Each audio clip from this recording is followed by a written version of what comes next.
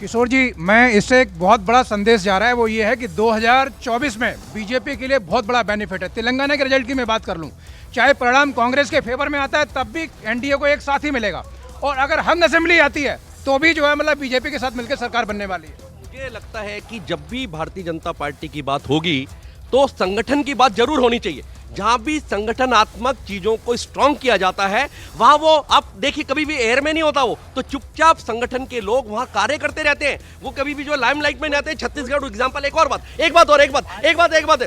एक मिश्रा जी रुको, एक बात और कि कमलनाथ जी, जिनका नाम अपने आप में विरोधाभास रखता है, कमल पर फूल नहीं लगाना, उनका नाम ही बताता है कमल पर फूल लगाना है। अब भाजपा का बस चले तो पंचायत चुनाव भी नरेंद्र मोदी के चेहरे पे लड़े, ये संगठन की बात करते हैं। अगर रणनीतिक है और काम कर रही है तो सही है। यदि राजस्थान मध्य प्रदेश में बीजेपी हार जाती है तो फिर क्या कम से कम मिश्रा जी चेहरा तो है, आप ये सोचिए, कम से कम चेहरा तो है, आपके पास तो कुछ भी नहीं है। मध्य प्रदेश राजस्थान में बीजेपी हार जाती है तो क्या नरेंद्र मोदी की हार होगी, आप मानेंगे? नहीं, क्यों? नहीं, हाँ या ना की बात नहीं है, हाँ और ना की तो बात ही नहीं है। आप ये बताइए, आप जीत गए तो नरेंद्र मोदी, हार गए तो बेचारे वसुंधरा राजे, शिवराज सिंह चौहान। आपका भारत जोड़ो, जुड़े हुए भारत को कितना जोड़ना चाहते हैं आप, ये तो बता दीजिए मुझे पहले। नहीं समझे, मैं ये कह रहा हूँ कि जीत गए तो नरेंद्र मोदी जी, आज नरेंद्र मोदी जी के आपने फोटो भी नहीं लगाए हैं। कौन फोटो कहाँ लगाने की जरूरत है? घर घर में मोदी, जुबान पे मोदी। भारतीय जनता पार्टी के जो समर्थक हैं उनसे ये पूछ लीजिए, अगर राजस्थान में, वैसे तो जीतेगी नहीं, अगर राजस्थान में भारतीय जनता पार्टी पूर्ण बहुमत के साथ है तो वसुंधरा राजे सिंधिया को दोबारा मुख्यमंत्री बनाएंगे, हाँ या ना? अनिला जी से पूछ लेते हैं। अनिला जी, मुख्यमंत्री कौन होगा राजस्थान में? यहाँ पे जवाब साहब पूछ रहे हैं।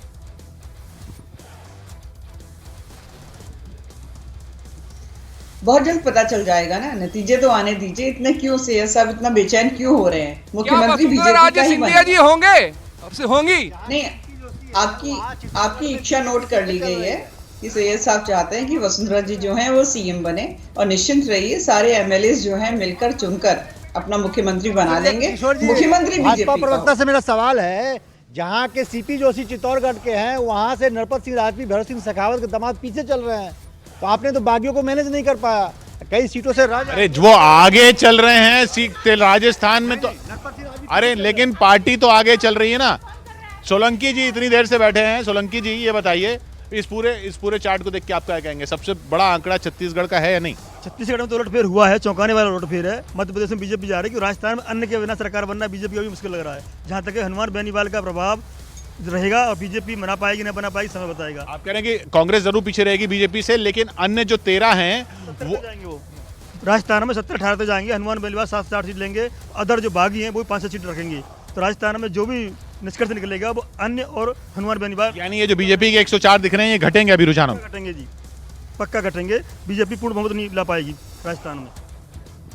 अभी भी बीजेपी बहुमत नहीं ला पाएगी राजस्थान में, सोलंकी जी का मानना? देखिए, मैं छत्तीसगढ़ को लेकर एक चीज़ कह दूं। देखिए, बहुत देर से हम लोग बातचीत कर रहे हैं। अभी देखिए, अभी इस समय आंकड़े कैसे बदले हैं, और लगातार जो है कि सुबह से हम लोग देख रहे थे कांग्रेस आगे चल रही है और बीजेपी अभी जो है कि आगे हो चुकी है।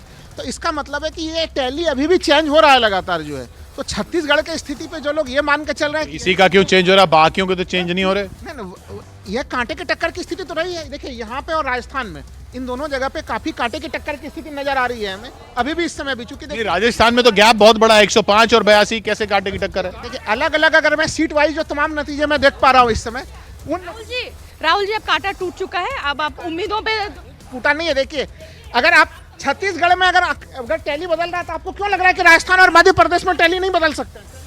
आप उसी खुशफहमी में रहिए, आपको किसी ने मना तो किया नहीं। मैं समझ रही हूँ आपका नाम राहुल है, और आप मैं समझ सकती हूँ आपका दर्द। नहीं अच्छा, चलिए अब राहुल के पास नहीं आते, हम युवराज के पास जाते हैं। आपका नाम युवराज है। किशोर जी, आपको यदि याद हो तो मैंने सवेरे कहा था कि छत्तीसगढ़ में धमाका होने वाला है। धमाका हमारे सामने है, और कांग्रेस के समर्थकों का भावुक होना लाजमी है, लेकिन तथ्यों की यदि बात करें तो ऐसा है कि 2014 में 37% ट्राइबल, बड़ी खबर, जीतू पटवारी पीछे चल रहे हैं मध्य प्रदेश में। 2014 में 37% ट्राइबल आदिवासियों ने मोदी जी को वोट दिया। 2019 में वो टैली बन के 44% हो गई। और यदि गुजरात का उदाहरण देता हूँ तो 27 में से 27 की 27 विधानसभा आदिवासी सीट बीजेपी के पास है। तो बीजेपी ने स्ट्रैटेजिकली काम किया है ट्राइबल वोटों पे। जी, उधर अगर बड़े चेहरों को देखें तो राज्यवर्धन सिंह बीजेपी के राजवर्धन सिंह बदनावर मध्य प्रदेश में राजवर्धन सिंह जो कैबिनेट मंत्री थे वो पीछे चल रहे हैं। कैलाश विजयवर्गीय इंदौर 1 से आगे चल रहे हैं, पार्टी के राष्ट्रीय महासचिव जिनको इस बार विधानसभा चुनाव लड़वाया गया। और डॉक्टर अंबेडकर नगर मऊ से उषा ठाकुर बीजेपी की कैबिनेट मंत्री वो आगे चल रही हैं। जीतू पटवारी पीछे चल रहे हैं, पूर्व मंत्री कांग्रेस के जीतू पटवारी पीछे चल रहे हैं, ये बड़ी खबर। देखिए, पहले तो आपको मैं जानकारी दुरुस्त कर दूं, कमलनाथ जी आगे चल रहे हैं, लेकिन एक जो सबसे बड़ा संशय है, भारतीय जनता पार्टी ने अपने 18 सांसद और 3 बड़े केंद्रीय मंत्रियों को चुनाव में लड़ाया है। राज्यवर्धन सिंह राठौर जो पहले केंद्रीय मंत्री थे, फिर उनको मंत्री पद से हटा करके उनको सांसद बनाया गया और विधायक लड़ाया जा रहा है, और वहाँ भी उनका विरोध हो रहा है। तो लोग ये पूछना चाहते हैं, ये इनका प्रमोशन हो रहा है इन सांसदों का, केंद्रीय मंत्रियों का, मोदी जी उनका भारतीय जनता पार्टी प्रमोशन कर रही है या उनका डिमोशन हो रहा है?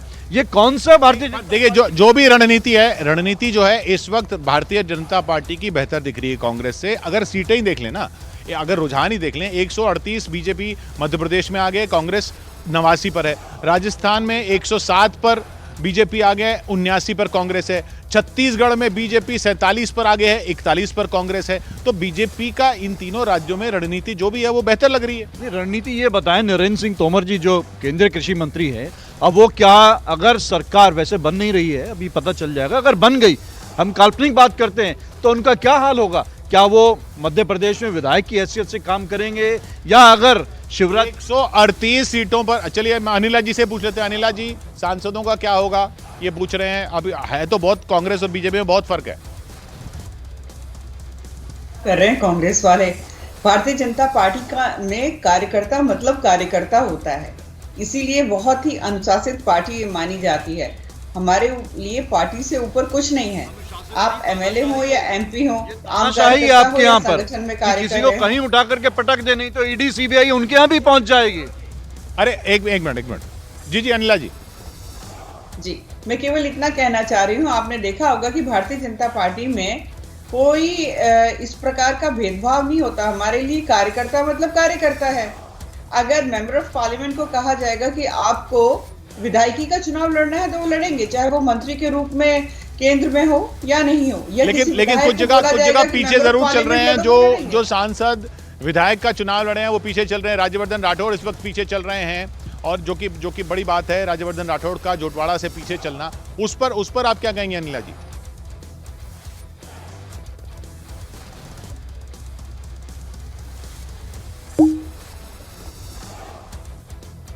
तो उधर से मनोज यादव जी हमारे साथ बीजेपी से जुड़ गए। हाँ जी, सर्वेश जी आप। किशोर जी, ये जो बोल रहे थे कि पार्टी में तानाशाही चल रही है, बीजेपी कहती है कि हमारी पार्टी जो है कार्यकर्ताओं की पार्टी है, और यहाँ पे कोई सत्ता की मलाई चाटने के लिए कांग्रेस, जैसे राजस्थान में उन्होंने सचिन पायलट को आगे नहीं किया और गहलोत जी के साथ चलते रहे, तो आज हम देख रहे हैं। तो आखिर कांग्रेस इससे कब सीख लेगी?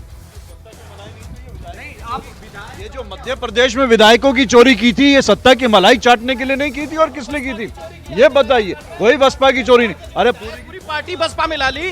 राजस्थान के अंदर बसपा की वो चोरी नहीं है। आपको अपनी चोरी नहीं दिखाई दे रही है जो चोरी करते हैं। जो महाराष्ट्र में चक्की पीसिंग वाला काम था, जो प्रधानमंत्री जी 70,000 करोड़ रुपए के जो भ्रष्टाचारी एनसीपी के नेताओं को बता रहे थे, और अगले दिन उनको उप मुख्यमंत्री बताते हैं सत्ता की मलाई चाटना है। 2.5 साल तो वो आप ही के साथ थे, आपने क्यों नहीं कार्रवाई की? तब तो आप भ्रष्टाचारी के साथ लेके चल रहे थे, आखिर क्यों नहीं उस समय?